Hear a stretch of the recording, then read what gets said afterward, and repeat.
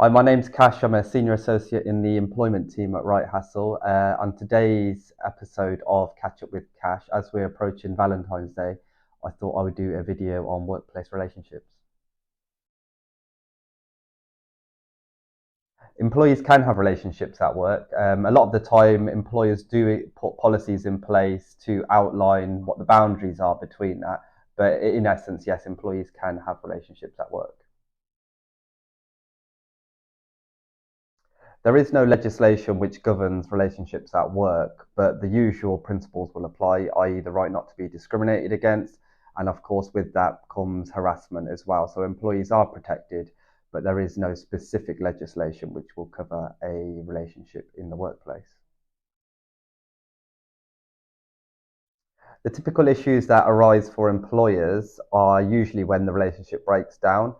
That will usually include incidences of sex discrimination or harassment. Less common issues may be confidentiality breaches, i.e., if an employee is in relationship with another employee who has access to confidential information, that information may get disclosed to the other employee, and that potentially could be a confidentiality breach.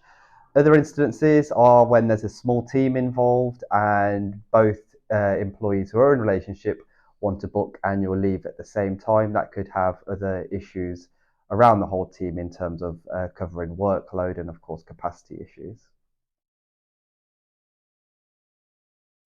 This will depend on the circumstances. For example, if it was the first occasion someone has asked someone on a date and it was politely asked, then potentially not. But if it is persistent and unwanted, then potentially it could cross over into the realm of sexual harassment. No, it doesn't have to be in person. It can be online. So, for example, during work meetings on Microsoft Teams or Zoom, via the chats, but by sending words or images which amount to sexual harassment. Alternatively, it can also be through social media, whether that be commenting on posts or private messaging.